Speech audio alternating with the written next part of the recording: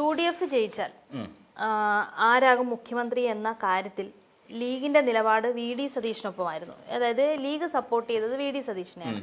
VD സതീഷിനായിരിക്കണം മുഖ്യമന്ത്രി എന്ന് league പരസ്യമായിട്ട് പറഞ്ഞു. ഇത് കോൺഗ്രസിനിടയിൽ വലിയ വിഷയങ്ങളും ചർച്ചകളും ഒക്കെ ആയിട്ടുണ്ട്. അപ്പോൾ ഇതിനകത്തൊരു ഏകീകരണം ഇപ്പോൾ തന്നെ വന്നു കോൺഗ്രസിനുള്ളിൽ. അപ്പം ഇനി വരാൻ പോകുന്നത് എന്താണെന്ന് വെച്ച് കഴിഞ്ഞാൽ, ഒരു കാരണവശാലും ജയിച്ചു എന്ന് തന്നെ വിചാരിച്ചോ, ഒരു കാരണവശാലും VD സതീഷിനെ മുഖ്യമന്ത്രി ആക്കില്ല. കാരണം ലീഗിന്റെ നിലപാട് VD സതീഷിനിപ്പം തലവേദനയായിട്ടുണ്ട്. അതെ, തീർച്ചയായിട്ടും. ഒന്നാമത്തെ കാര്യം, ഇപ്പം ലീഗ് ഇങ്ങനെ ആരാണ് ഈ കോൺഗ്രസ് പോലെ ഒരു പാർട്ടിക്കുള്ളിൽ കയറി ചെയ്യുന്നതുകൊണ്ട് ഈ രീതിയിലൊരു എന്താ പറയുക തീരുമാനമെടുത്ത് ഞങ്ങൾ ഇന്ന മുഖ്യമന്ത്രി ആക്കണം എന്ന് പറയാനുള്ള ഒരു ധൈര്യവും ആർജവും അല്ലെങ്കിൽ അങ്ങനെ പറയാനുള്ള അധികാരം ലീഗിന് എന്താണ് എന്ന് സ്വാഭാവികമായി കോൺഗ്രസ്സുകാർക്കിടയിൽ ഒരു ചർച്ച നടക്കുന്നുണ്ട്.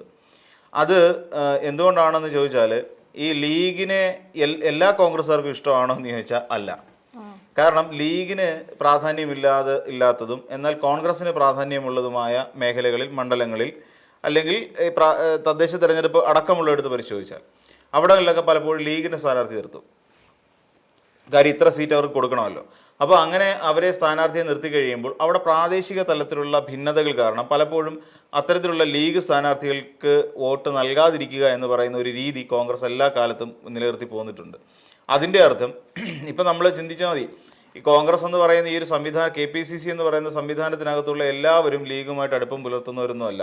ഇപ്പം നമുക്കറിയാം, കഴിഞ്ഞ അന്തരിച്ച ആര്യാട മുഹമ്മദും ആര്യാട ഷൗക്കത്തും അവർ ലീഗിനെതിരായിട്ട് എടുത്തിട്ടുള്ള നിലപാടുകൾ നമുക്കിതിനു മുമ്പ് തന്നെ അറിയാം.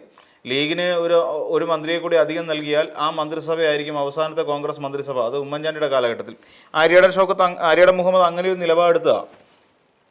തന്നെയല്ല, മലപ്പുറത്ത് ലീഗിൻ്റെ കോട്ടയെന്ന് പറയുന്ന മലപ്പുറത്ത് ലീഗിനെ ശക്തമായി പ്രതിരോധിക്കുന്ന ഒരാൾ കൂടിയായിരുന്നു ഈ പറയുന്ന ആര്യാട മുഹമ്മദ്. അപ്പം എല്ലാ നേതാക്കന്മാരും ലീഗുമായിട്ട് ഒരു ഘട്ടത്തിലും ഒരു നല്ല ഒരു സന്തുലനമായ അവസ്ഥയിലൂടെ മുന്നോട്ട് പോയിട്ടൊന്നുമില്ല. അപ്പോൾ അതുകൊണ്ട് തന്നെ ലീഗിന് എതിരായി ഒരു വികാരം കോൺഗ്രസിനുള്ളിൽ ശക്തമായിട്ടുണ്ട്. അതിപ്പോൾ KCക്കാണെങ്കിലും അത് ശരി, രമേശ് ചെന്നിത്തലയ്ക്കാണെങ്കിലും ആ ഒരു പ്രശ്നമുണ്ട്. ഇപ്പോൾ ഇതിനകത്ത് വരുന്ന വേറൊരു പ്രധാനപ്പെട്ട വിഷയം എന്ന് പറഞ്ഞു കഴിഞ്ഞാൽ, ഈ നമ്മുടെ ഇപ്പം ലീഗ് പറയുന്നത് കേൾക്കുന്നു. ലീഗ് എന്ന് പറഞ്ഞു കഴിഞ്ഞാൽ എങ്ങനെയാണ് അടയാളപ്പെടുത്തിയിരിക്കുന്നത്? ന്യൂനപക്ഷ പാർട്ടി എന്നുള്ള നിലയിലാണ്, ഒരു ന്യൂനപക്ഷ സമുദായത്തിൻ്റെ പാർട്ടി. അപ്പോൾ ആ ന്യൂനപക്ഷ സമുദായത്തിൻ്റെ പാർട്ടി പറയുന്നത് കേട്ടുകൊണ്ട് ഇതിനകത്ത് VD സതീശന് പ്രാതിനിധ്യം കൊടുത്തിരിക്കുന്നു. അപ്പം VD സതീശനെ പോലെ ഒരു നേതാവിനെ SNDP യോഗത്തിനോ NSSനോ ഇഷ്ടമല്ല. അവർക്ക് രണ്ടുപേർക്കും വലിയ താല്പര്യമില്ല. അതുപോലെ ക്രിസ്തീയ സഭകൾക്കും ഈ പറയുന്ന VD സതീശനോട് അത്ര വലിയ താല്പര്യമൊന്നുമില്ല. അപ്പം ഈ മൂന്ന് കൂട്ടർക്കും താല്പര്യമില്ലാത്ത ഒരാളാണ് VD സതീശൻ. അപ്പം മുസ്ലിം ലീഗിന് മാത്രമാണ് VD സതീശനോട് താല്പര്യം. എന്നാൽ ഈ പറയുന്ന ഈ മൂന്ന് വിഭാഗത്തിനും, അതായത് ഭൂരിപക്ഷ സമുദായത്തിനും ന്യൂനപക്ഷത്തിലെ ഒരു വിഭാഗത്തിനും, അതായത് ക്രിസ്തീയ സഭകൾക്കും താല്പര്യമുള്ള രമേശ് ചെന്നിത്തലയെ പോലൊരു നേതാവിനെ മാറ്റി നിർത്തിക്കൊണ്ട് ലീഗിനെ സന്തോഷിപ്പിക്കാൻ വേണ്ടിയിട്ട് VD സതീശനെ മുഖ്യമന്ത്രി ആക്കണോ എന്നൊരു ചർച്ചയും കോൺഗ്രസിനുള്ളിൽ ഉരുത്തിരിഞ്ഞു വരാനുള്ള സാധ്യതയുണ്ട്. അപ്പോൾ അതുകൊണ്ട് ഇത് കോൺഗ്രസിൽ വല്ലാത്തൊരു പ്രതിസന്ധി ഉണ്ടാകും. ഇതിനകത്ത് നമ്മൾ പരിശോധിച്ചാൽ ഈ ഏറ്റവും കൂടുതൽ നോമിനികളെ നിർത്തിയിരിക്കുന്നത് KC വേണുഗോപാലാണ്. ഇപ്പോൾ KC ഇതിൽ നിന്ന് ഈ കളിയിൽ നിന്ന് പുറത്തേക്ക് ഒഴിഞ്ഞു മാറി നിൽക്കുകയാണെന്ന് വെച്ചു. അപ്പം സ്വാഭാവികമെന്നോണം ലീഗ് പറയുന്നത് കേട്ടുകൊണ്ട് KC വേണുഗോപാലിന് പ്രവർത്തിക്കാൻ പറ്റില്ല. അതായത് ഹൈക്കമാൻഡ് അടക്കമുള്ള, ഇപ്പോൾ രാഹുൽ ഗാന്ധിക്കാണെങ്കിലും മല്ലികാർജ്ജുൻ ഖാർഗെയ്ക്കാണെങ്കിലും KC വേണുഗോപാലിനാണെങ്കിലും പ്രിയങ്ക ഗാന്ധിക്കാണെങ്കിലും ആർക്കും ലീഗ് പറയുന്ന കേട്ടിട്ട് ഇവിടെ VD സതീശനെ കൊണ്ടുവന്ന് മുഖ്യമന്ത്രി ആക്കാം എന്ന് പറയുന്നൊരു നിലപാട് സ്വീകരിക്കാൻ പറ്റില്ല. അതിന് വേറെ ചില കാരണങ്ങൾ കൂടിയുണ്ട്.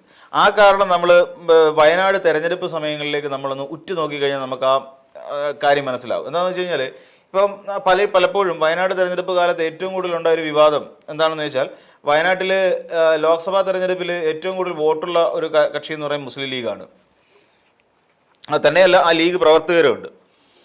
അപ്പോൾ അങ്ങനെയുള്ള സാഹചര്യത്തിൽ ഈ ലീഗ് പ്രവർത്തകർക്ക് ഇവർക്ക് കൊടി പിടിക്കാനുള്ള അവകാശമില്ല. നമ്മൾ മനസ്സിലാക്കേണ്ട ഒരു കാര്യമാണ്. ലീഗിൻ്റെ കൊടി പിടിച്ചുകൊണ്ട് ഇപ്പോൾ രാഹുൽ ഗാന്ധി റോഡ് ഷോ നടത്തും, പ്രിയങ്ക ഗാന്ധി റോഡ് ഷോ നടത്തും. ദേശീയ നേതാക്കളൊക്കെ റോഡ് ഷോ നടത്തുന്ന സമയത്ത് ഈ പറയുന്ന ലീഗ് കൊടി ഉയർത്താൻ പാടില്ല എന്ന് അലിഖിതമായ ഒരു നിയമമുണ്ട്. എന്തുകൊണ്ടാണ് ആ നിയമം എന്ന് വെച്ച് കഴിഞ്ഞാൽ, ഇവരുടെ കൊടിയുടെ നിറവും ആ ഒരു സ്ട്രക്ചറും ഒക്കെ പാകിസ്ഥാൻ കൊടിയോട് സമാനമാണ്. അപ്പോൾ അതുകൊണ്ട് ഉത്തരേന്ത്യൻ മേഖലകളിലാണല്ലോ കോൺഗ്രസ് ഇനി ശക്തിപ്പെട്ട് വരേണ്ടത്. ദക്ഷിണേന്ത്യ വലിയ കാര്യമായിട്ടൊന്നുമില്ല. അപ്പോൾ ഉത്തരേന്ത്യയിൽ ഏറ്റവും വലിയ പ്രശ്നം BJP ആണ്. ഇപ്പോൾ ദക്ഷിണേന്ത്യയിൽ BJP ഇല്ല. അപ്പോൾ BJP എന്ത് ചെയ്യും? അവിടെ വ്യാപകമായ രീതിയിൽ ഒരു പ്രചരണം കൊടുക്കുന്നതെന്ന് വെച്ച് കഴിഞ്ഞാൽ, ഇവിടെ പാകിസ്ഥാനുമായി അടുത്ത ബന്ധമുള്ള മുസ്ലിം ലീഗ് പോലെ ഒരു പാർട്ടി ഈ പറയുന്ന രാഹുൽ ഗാന്ധി അവരെ അനുകൂലിക്കുന്നു എന്ന് പറയുന്ന ഒരു ചിന്ത വരും.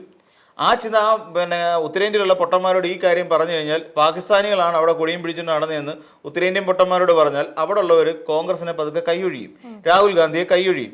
അപ്പോൾ ദേശീയ തലത്തിൽ ഇത് വലിയ ക്ഷീണം ഉണ്ടാക്കും കോൺഗ്രസിന്. അപ്പോൾ കേരളത്തിൽ വന്നിട്ട് മുസ്ലിം ലീഗ് എന്ന് പറയുന്ന ആ ഒരു പാർട്ടി വിചാരിച്ചിട്ടാണ് ഇവിടെ പിന്നെ ഇത് വന്നത്, ഈ എന്താ പറയുക മുഖ്യമന്ത്രിയെ തീരുമാനിച്ചത് എന്ന് പറയുന്ന ഒരു രീതി വന്നു കഴിഞ്ഞാൽ ഉണ്ടാകാവുന്ന ക്ഷീണം ആലോചിച്ച് നോക്കും ദേശീയ തലത്തിൽ. രാഹുൽ ഗാന്ധി മൃദു ഹിന്ദുത്വ സമീപനമായിട്ട് മുന്നോട്ട് പോയിക്കൊണ്ടിരിക്കുക.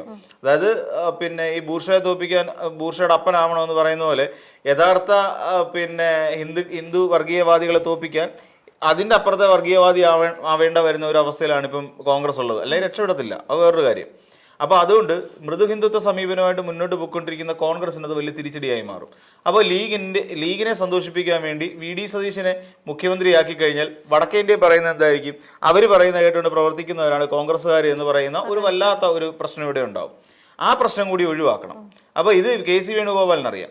ഇപ്പോൾ ഏറ്റവും കൂടുതൽ MLA-മാർ ഉള്ള ആളെന്ന് പറഞ്ഞാൽ കെ.സി. വേണുഗോപാലാണ്. അപ്പോൾ കെ.സിക്ക് തൽക്കാലം പരസ്യമായിട്ട് അതിൽ ഇടപെടൽ നടത്താൻ പറ്റില്ല. രമേശ് ചെന്നിത്തലയെ സംബന്ധിച്ചിടത്തോളം രമേശ് ചെന്നിത്തലയ്ക്ക് പിന്നെ ഈ പറയുന്ന ന്യൂനപക്ഷ വിഭാഗങ്ങളിൽപ്പെട്ട ഒരു ചെറിയ വിഭാഗത്തിൻ്റെയും സഭകളുടെയും NSSൻ്റെയും SNDPയുടെയും പിന്തുണയുണ്ട്. അപ്പം ഇവിടെ നമ്മൾ നോക്കിക്കഴിഞ്ഞാൽ സാമുദായികമായ സമവാക്യങ്ങളെല്ലാം കറക്റ്റായി നിൽക്കുന്ന ഒരേ ഒരു നേതാവ് എന്ന് പറഞ്ഞാൽ രമേശ് ചെന്നിത്തലയാണ്. കെ.സി. ഇതിനകത്തേക്ക് എൻ്റർ ചെയ്യത്തില്ല. അപ്പോൾ വരുന്നൊരു പ്രശ്നം എന്ന് വെച്ച് കഴിഞ്ഞാൽ കെ.സി. ഇതിനകത്തേക്ക് വരാതിരിക്കുകയും കെ.സിയുടെ പിന്തുണ രമേശ് ചെന്നിത്തലയിലേക്ക് പോവുകയും ചെയ്യും. അപ്പോൾ കൂടുതൽ MLA-മാരുള്ളത് കെ.സിയുടെ പക്ഷത്ത് നിന്നുകൊണ്ടാണ്. അപ്പോൾ ഈ ഗ്രൂപ്പ് സമവാക്യങ്ങൾ ഒരു വലിയ പ്രശ്നവും ഗ്രൂപ്പ് സമവാക്യങ്ങളും സാമുദായിക സമവാക്യങ്ങളും ഒരു വലിയ പ്രശ്നം ഉയർത്തും. അതുകൊണ്ടാണ് വി.ഡി. സതീശന് ഇതൊരു വല്ലാത്ത തിരിച്ചടി സമ്മാനിക്കുമെന്ന് പറഞ്ഞതിന് കാരണം. കാര്യം അങ്ങനെ വരുമ്പോൾ വി.ഡി. സതീശനെ സംബന്ധിച്ചിടത്തോളം സതീശന് ഇതിനകത്ത് വലിയ പിടിപാടില്ലാത്തൊരവസ്ഥയിലേക്ക് വരും. സതീശന് ഈ രമേശ് ചെന്നിത്തലയുടെ MLA-മാരും കെ.സി. വേണുഗോപാലിൻ്റെ MLA-മാരുടെ ചേർന്ന് കഴിഞ്ഞാൽ വി.ഡി. സതീശൻ്റെ MLA-മാരുടെ എണ്ണം കുറവാണ്. അതായത് MLA-മാരെന്ന് പറഞ്ഞാൽ പിന്തുണയാണ്. മറ്റ് അവിടെ നിന്നൊരു പിന്തുണ പ്രഖ്യാപിച്ച് ലീഗ് പിന്തുണ പ്രഖ്യാപിച്ചെന്ന് പറഞ്ഞിട്ട് കാര്യമില്ല. ഇവരുടെ കോൺഗ്രസിൽ നിന്നുള്ള MLA-മാർ എത്ര പേര് പിന്തുണയ്ക്കാതെ നോക്കണം. അല്ല ലീഗ് പിന്തുണച്ചു എന്ന് പറഞ്ഞിട്ട് കൊണ്ട് നിർത്താൻ പറ്റത്തില്ല. ഇപ്പോൾ ജമാഅത്ത് ഇസ്ലാമി പിന്തുണച്ചിട്ടുണ്ട്.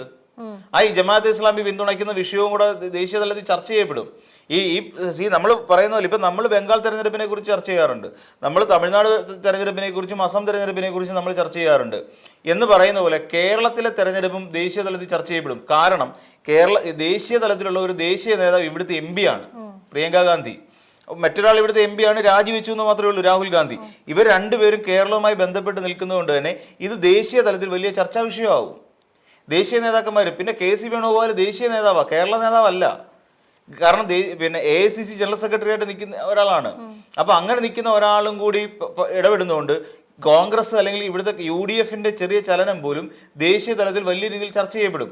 ആ UDF-ന് നേതൃത്വം കൊടുക്കുന്നത് കോൺഗ്രസ് പാർട്ടി ആയതുകൊണ്ട് തന്നെ വളരെ ശ്രദ്ധാപൂർവമായിരിക്കണം കാര്യങ്ങൾ കരുക്കൾ മുന്നോട്ട് നീക്കേണ്ടത്. ചർച്ച വരുമ്പോൾ കോൺഗ്രസിന് ക്ഷീണം ഉണ്ടാവും. അപ്പോൾ പിന്നെ കോൺഗ്രസ് ഭരണം ഏറ്റെടുക്കാൻ വേണ്ടിയിട്ട് മുസ്ലിം ലീഗ് പറയുന്ന ഒരാളെ മുഖ്യമന്ത്രിയാക്കി എന്ന് പറഞ്ഞു കഴിഞ്ഞാൽ ന്യൂനപക്ഷ പ്രീണനം അവിടെ പിന്നെ കേരളത്തിൽ നടക്കുന്നു എന്ന് ദേശീയ തലത്തിൽ പ്രചരണം ഉണ്ടാവും. അപ്പോൾ അവിടുത്തെ ഭൂരിപക്ഷ സമുദായങ്ങൾ കോൺഗ്രസിൽ നകലാൻ ഇടയാക്കുകയും അതോടുകൂടി കോൺഗ്രസ് അവിടെ അടിവരയിടപ്പെടുകയും ചെയ്യും. ഇതറിയാം, ഇത് കെ.സിക്കും അറിയാം, രാഹുൽ ഗാന്ധിക്കും അറിയാം. അതായത് ഹൈക്കമാൻഡ് എന്ന് പറയുന്ന സംവിധാനത്തിന് ഈ കാര്യങ്ങളൊക്കെ അറിയാം. അതുകൊണ്ട് തന്നെ വി.ഡി. സതീശന് ഇത് തിരിഞ്ഞു കൊത്തുന്ന അവസ്ഥയാണ്. വി.ഡി. സതീശൻ ഈ ചെയ്ത് വെച്ച വർക്കുകളെല്ലാം സതീശൻ രമേശ് ചെന്നിത്തലയെ മുഖ്യമന്ത്രിയാക്കാൻ വേണ്ടി ചെയ്തതുപോലെ ആയിരിക്കും ഏറ്റവും അവസാനം പാലിക്കപ്പെടാൻ പോകുന്നത്. അങ്ങനെ വരുള്ളൂ. കാരണം ഇതൊരു വല്ലാത്ത പ്രതിസന്ധിയാണ്. നമ്മൾ വിചാരിക്കുന്ന പോലല്ല. നമ്മളിതിനെ വലിയ സിമ്പിളാണ് എന്നൊക്കെ നമ്മൾ ധരിക്കുമ്പോഴും ഇതിനകത്ത് നടക്കുന്നത് ഒരു വലിയ പ്രതിസന്ധിയാണ്.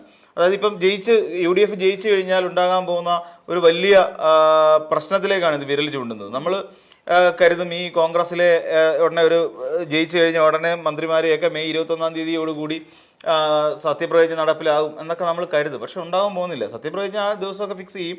പക്ഷേ എന്നിരുന്നാൽ പോലും ഈ പറയുന്ന മെയ് 4 മുതൽ 17 ദിവസം കൊണ്ട് എന്ത് തന്നെയാണെങ്കിലും ഒരു കുറ്റമറ്റ രീതിയിൽ ഒരു മന്ത്രിസഭയെ രൂപീകരിക്കാൻ വലിയ പാടായിരിക്കും. അത് വലിയ ബുദ്ധിമുട്ടുണ്ടാക്കും. കോൺഗ്രസ് എന്ന് പറയുന്നത് അങ്ങനെയാണ്. കാരണം സാമുദായിക സമവാക്യങ്ങളെല്ലാം നോക്കണം, അതോടൊപ്പം തന്നെ ഗ്രൂപ്പ് സമവാക്യങ്ങളെല്ലാം നോക്കണം. ഗ്രൂപ്പ്, സാമുദായികം എന്ന് വേണ്ട എല്ലാ കാര്യങ്ങളും പരിശോധിക്കാതെ പിന്നെ ഇതൊന്നും നടപ്പിലാക്കിക്കൊണ്ട് പോവുക സാധ്യമായ ഒരു കാര്യമേ അല്ല.